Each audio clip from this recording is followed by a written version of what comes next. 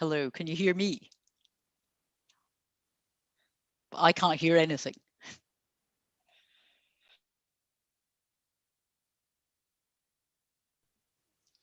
Evening. Hi, can you hear me? Yes. Great. I'll mute again now. Hi, everyone.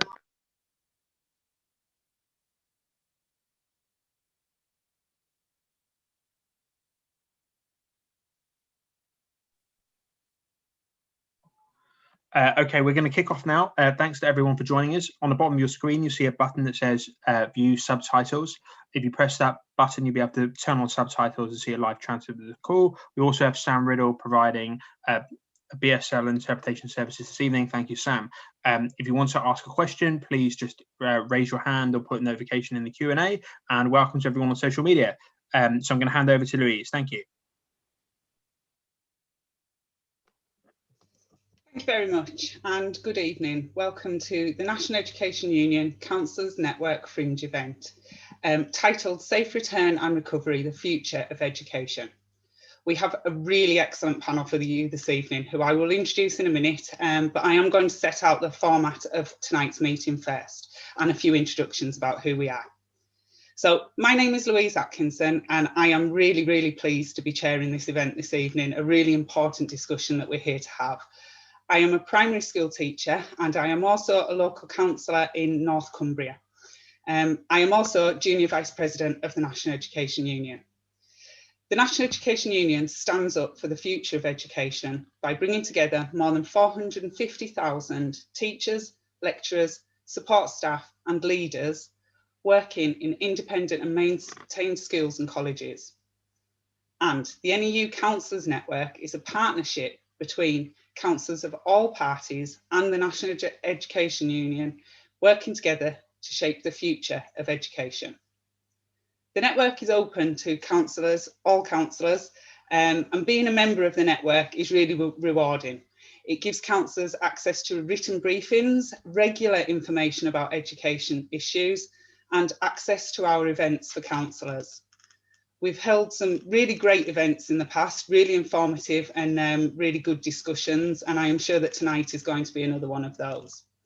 So on the panel this evening, we have Councillor Judith Blake, who is Chair of the LGA Children and Young People Board. We also have Kate Green, MP and Shadow Secretary of State for Education.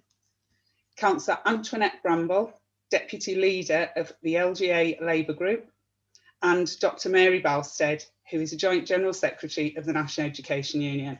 And I have to say, all absolutely fantastic speakers this evening and panellists, so thank you very much for joining us this evening. So the plan for the session is that each panellist will have 5 minutes to set out their thoughts. And I am going to be quite strict on time, ladies, because I would like to leave plenty of time for questions and further discussions. So that said, I am going to begin, if that's okay, by handing over to Judith to start us off. Thank you, Judith.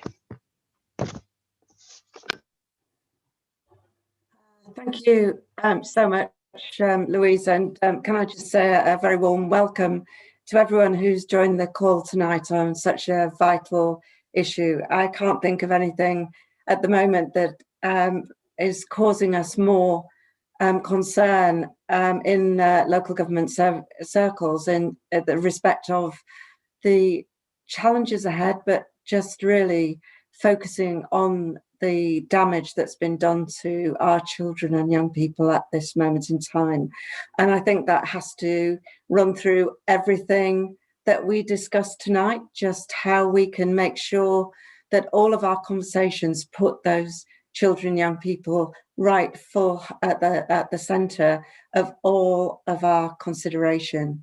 What we know is that the virus is exceptionally cruel in the way that it sought out disadvantage, vulnerability, inequality, and our children and young people are not immune from that devastating impact. And I really actually believe that young people are bearing a disproportionate impact from the virus, so many different aspects.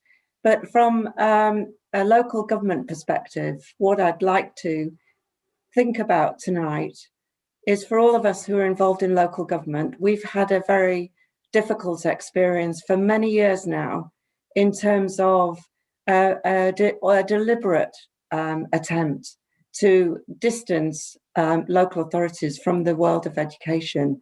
And I think the virus has actually shown what a mistake that has been. And certainly I'm the leader of Leeds City Council.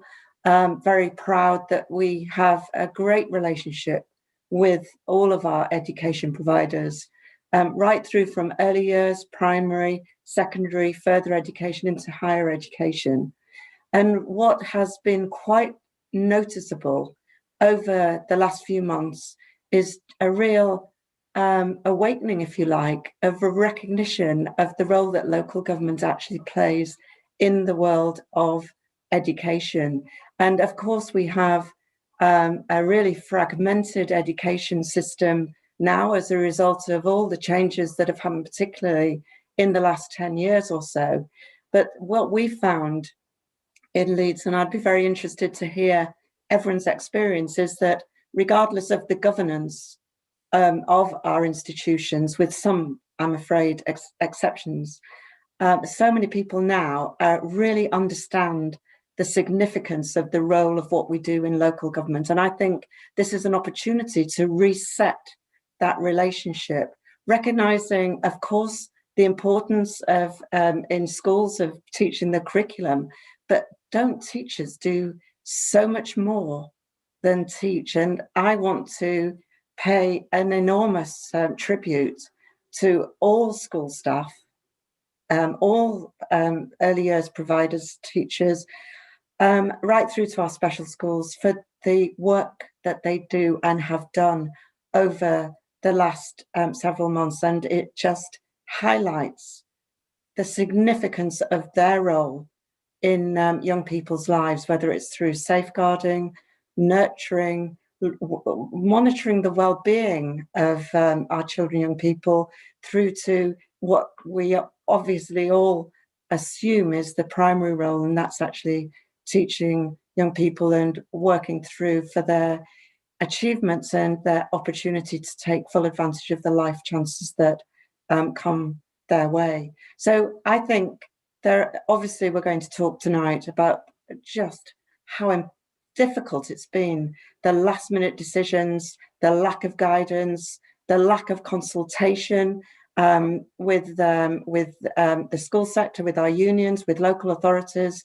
It really has meant that the experience of young people, in my view, has been even far worse than it needs to have been. So as well as recognizing the immediate challenges of how we get through, how we reopen, how we get access to so many young people who some haven't been seen for several months, which is an enormous concern.